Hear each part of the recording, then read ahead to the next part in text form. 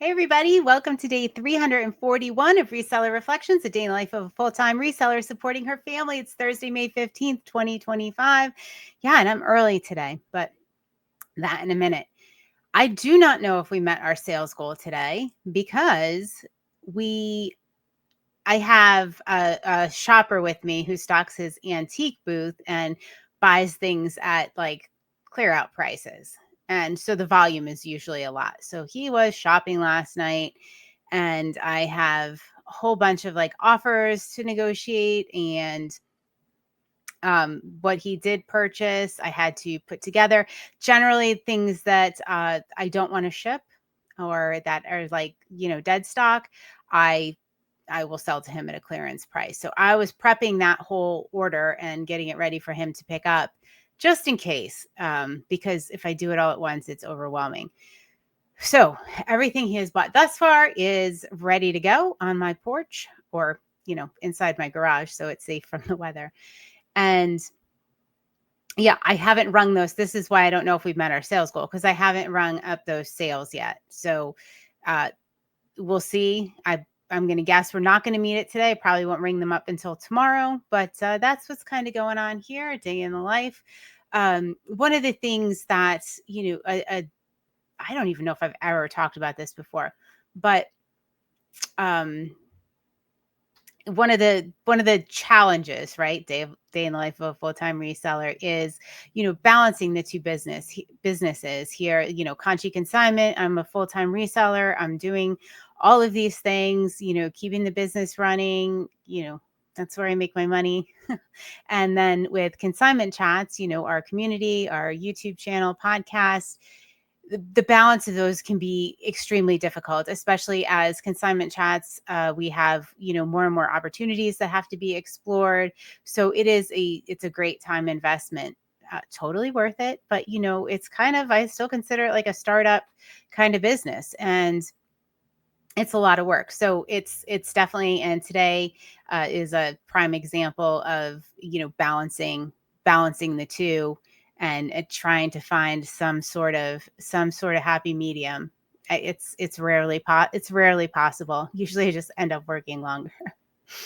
But hopefully over time it will get there. I know, when anything is just starting and growing, it's a whole heck of a lot of work. Right now, Conchi Consignment, it's a lot of hours that I put in, but it's not necessarily like I'm doing the same thing over and over and over again. So it's not like mentally taxing. All right. All right. So that's what it's kind of like to be in the life of this full-time reseller. What I really want to talk about tonight is mistakes. Yeah. I make so many mistakes and I don't know if you are like me. Are you one of those people that have to learn the hard way? Like I have to make the mistake to learn. Absolutely. So that means I can tend to be a little bit more of a risk taker, a little bit more comfortable with risk because I have to learn the hard way. If somebody tells me something, don't touch that stove, it's hot. You know what? I'm probably going to test it out for myself. Maybe not that example. Or don't try that with your business. You know what? I might because I have to learn the hard way. And that's fine. That is just, everybody's a little different. Some people like to, research to death. And not that I don't research, I absolutely do research, but I feel like the best way to learn is to go ahead, do it, and make the mistakes. And mistakes are pretty amazing because they can teach us so much, uh, if you're willing to learn from them and owning your mistakes, right? Like we throw these things out there, and I'm going to use our Nashville episode as an example. Like we recorded this whole, it took us, I don't know, an hour and 20 minutes to record plus, and we recorded the whole thing, and it was an epic disaster. We did this while we were at Molly's. It was blurry. The sound didn't come through. It got worse with editing, and the upload, and we published it anyway. Well, you know what? That was a mistake. We should have redone it while we were there, even though we were exhausted, and not put it out. So I'm going to link up the new Nashville reseller meetup recap video in the comments here. Go watch it if you haven't. It's really great. Everybody that's watched it has really enjoyed it. And we enjoyed really highlighting so many special people that were there. So go check that out. And don't watch the mistake one. We had to keep that up because a couple people said they really enjoyed the energy with the three of us being together in the same room, and the pictures still were clear. So we did keep it up on YouTube, not on podcast. Anyway, that was a mistake. All right. So they say when you make a mistake, you need to not beat yourself up. Please don't beat yourself up for your mistakes. It's not going to do any good. But what you can do is look back with complete curiosity. Like think of a cat, right? um, they're not worried about, like, they're just curious. So if we look back at our mistakes and figure out why they happened, maybe where we went wrong, well, first you got to own it. First you got to own the mistake. Then you can look back with curiosity and consider um, why that happened. Maybe there was a misstep, maybe the whole idea was not great, but what caused you to make that mistake?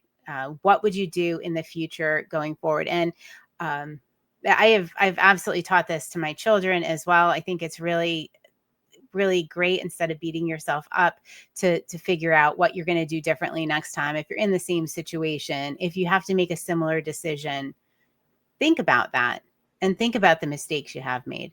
Would it be great if we had an eraser, though? Because some mistakes are like so public and so embarrassing. Um, and, it can be really, really humiliating to own them and talk about them. But hey, that's life. You will feel better when you own it. I can promise you that. Let's see. What else do we have to say about mistakes? I've just made so many. I could probably go on and on and on in this episode about it. I just made a shipping mistake a couple days ago. I think it was at the beginning of the week, and shipped to people the wrong, like, crossed their items. Somehow I got the labels. They were the same box, same size box, similar weight. And I must not have read what I wrote, or I must have wrote the wrong thing on on each box for when I was printing out the labels, and I shipped people the wrong thing. So, I owned it. Hey, look, I'm really sorry this happened. Here's what we can do to fix it. I know it's frustrating, but had to own it. And then I kind of figured out I'm not sure exactly what happened, but I did tweak my shipping process a little bit to add a double check in there, just to make sure that doesn't happen again. Because it's happened a couple times over the past so many years, maybe like 3 times, 4 times over the past so many years, where I've shipped the wrong thing to the wrong person. So look back with curiosity, and I figured out what happened so I can adjust and move forward. Yeah. So I hope you all are moving forward. Hope you are. No, I don't hope. I know you're going to reset to 0 tonight, because that's what you do. So go ahead, do it. I am all reset to 0. I am happy I have all of those items set for pickup, but I'm going to have to do round 2 when I get home tonight. All right, guys, have a wonderful evening, and I will see you on day 342. Night, night.